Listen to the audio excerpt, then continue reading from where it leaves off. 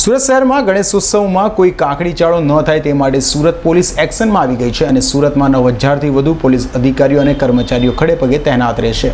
સુરતમાં ગણેશ વિસર્જન લઈને અંતિમ તૈયારીઓને આખરી ઓપ અપાયો છે।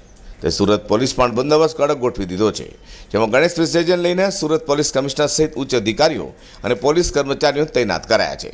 સુરતમાં પોલીસ કમિશનર સાથે 2 DIG, 7 DCP, 28 ACP, 90 PI, 250 PSI, hand constable, police constable સહિત 4200, હોમગાર્ડ 3000, ટીઆરબી 1500, 8 એસઆરપીની ટીમ અને 1 આરએએફની ટીમ તૈનાત કરાઈ છે। આવતીકાલના ગણપતિ વિસર્જનના જે મહોત્સવ સુરત ખાતે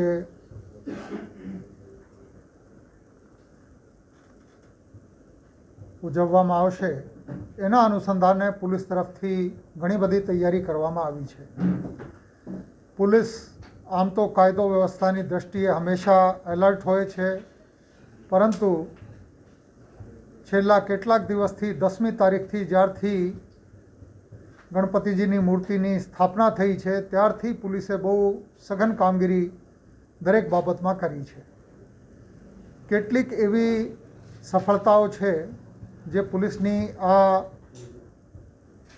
ખાસ જે ડ્રાઈવ છે એના અનુસંધાને જે સફળતાઓ મળી છે એના ચિતાર હું આપને આપું છું। આવતીકાલે ગણપતિ વિસર્જન માટે જે બંદોબસ્ત ના અધિકારીઓ અને માણસો કામ કરશે એની ટૂંક વિગત હું આપને આપું કે આમાં હું છું, મારી સાથે 2 ડીઆઈજી દરજ્જાના અધિકારીઓ છે, 7 ડીસીપી એટલે એસપી દરજ્જાના અધિકારીઓ છે, 28 એસીપી એટલે ડીવાયએસપી છે, 90 PI, 250 PSI, ASI, head constable, police constable અને લોકરક્ષક બધા મળીને 4200, ટીઆરબી 1500, 1 કંપની રેપિડ એક્શન ફોર્સની અને 8 કંપની એસઆરપીની અને એની સાથે સાથે 3000 હોમગાર્ડ, એવી રીતેના બંદોબસ્ત આવતીકાલે ગોઠવવામાં આવ્યા છે।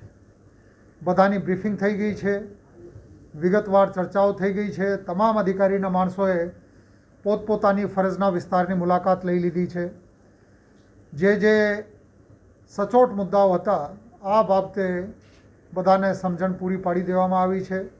મને સંપૂર્ણ વિશ્વાસ છે કે જે પ્રકારના સહકાર હંમેશા સુરત શહેરમાં પોલીસને મળતા રહ્યા છે અને 10મી તારીખથી અત્યાર સુધી કોવિડની હાલની ખાસ પરિસ્થિતિને ધ્યાને લઈ જે જાહેરનામા બહાર પાડવામાં આવ્યા છે, જે સૂચનો બહાર પાડવામાં આવ્યા છે, લગભગ 100% અમલવારી પ્રજાજનો તરફથી આમાં થઈ રહી છે।